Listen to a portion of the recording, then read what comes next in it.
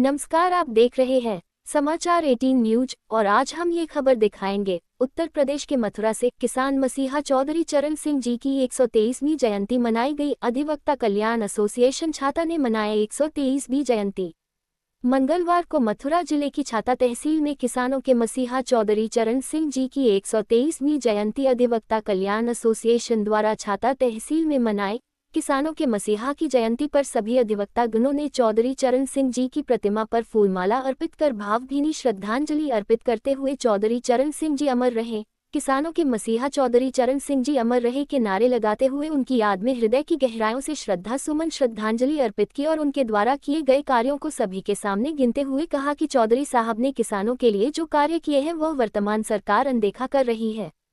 इस मौके पर अधिवक्ता कल्याण एसोसिएशन के अध्यक्ष चौधरी पूरन सिंह, सुशील भारद्वाज, सचिव बच्चू सिंह निमेश, सुरेंद्र कुमार वर्मा, भगवान दास रोहेला, चौधरी संग्राम सिंह, चौधरी किशन सिंह, चौधरी मुरलीधर, ठाकुर अजय सिंह, यशपाल सिंह, चौधरी वीरेंद्र सिंह, चौधरी देशराज सिंह, चौधरी अजीत सिंह, संजू शर्मा सहित दर्जनों अधिवक्ता और जनता जनार्दन उपस्थित रहे।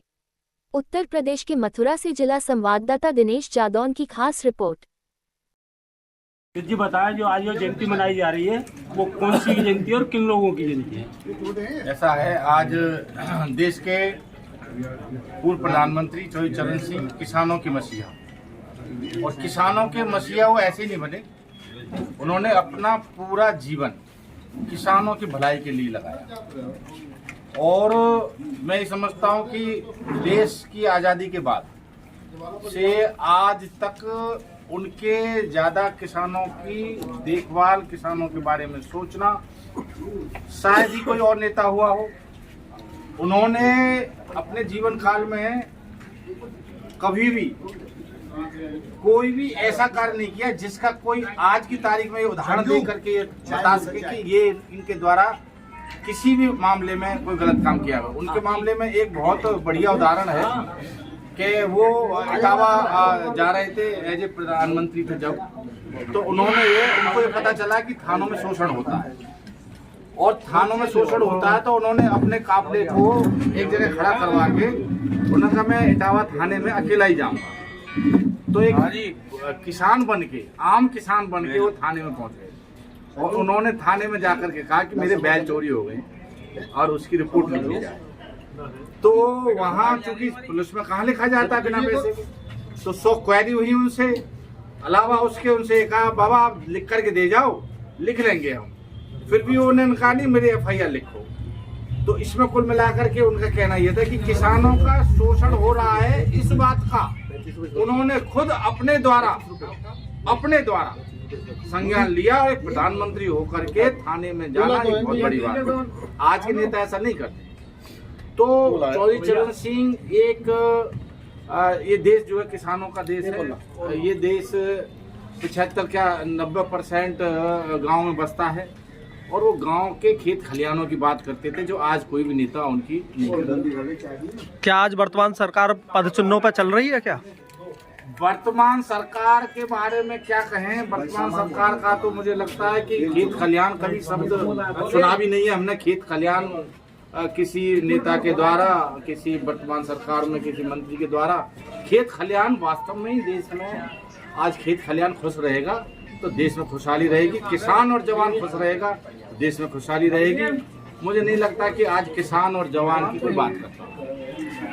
ये वर्षगांठ मनाई जा रही है वो किन महापुरुषों की और किन किन लोगों द्वारा मनाई जा रही है? किसानों के मसीहा चौधरी चरण सिंह जी तो देश के प्रधानमंत्री रहे, गृह मंत्री रहे और उत्तर प्रदेश के मुख्यमंत्री भी रहे, और बहुत ही गरीब किसान परिवार में पैदा हुए थे।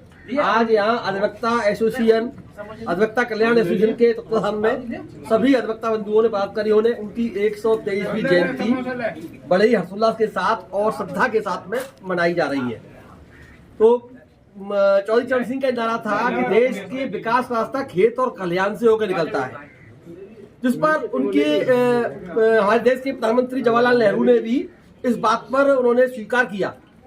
और जब गाजियाबाद की कोर्ट में चौधरी चरण सिंह युवा एक 23 साल के अधिवक्ता के रूप में थे, तो आज़ादी कानून चल रहा था, अंग्रेजों भारत छोड़ो।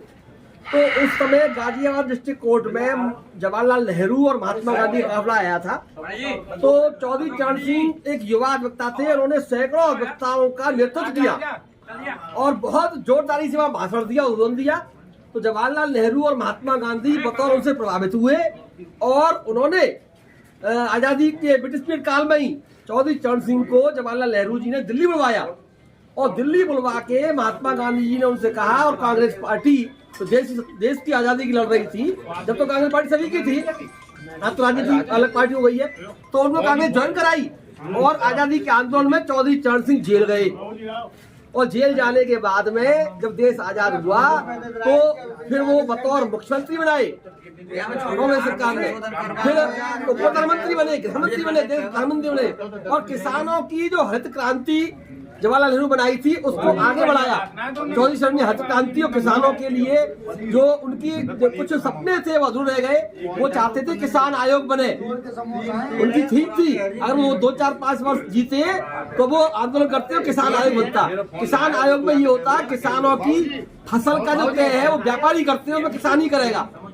आज आप देखिए टमाटर बाजार में 70 रुपए किलो बिकता है और किसान खेत से 7 रुपए किलो मिल के आता है। तो क्या ये सरकार चौधरी चरण सिंह जी के पद चिन्हों पर नहीं चल रही है? बिल्कुल, देखिए चौधरी चरण सिंह हुए, वल्लभ भाई पटेल हुए और जो बड़े बड़े महापुरुष उनके पद चिन्हों से तो बहुत ही पीछे चल रही है, कोई भी सरकार नहीं चल रही है। बड़े दुख का विषय है, ये सरकार नहीं चल रही।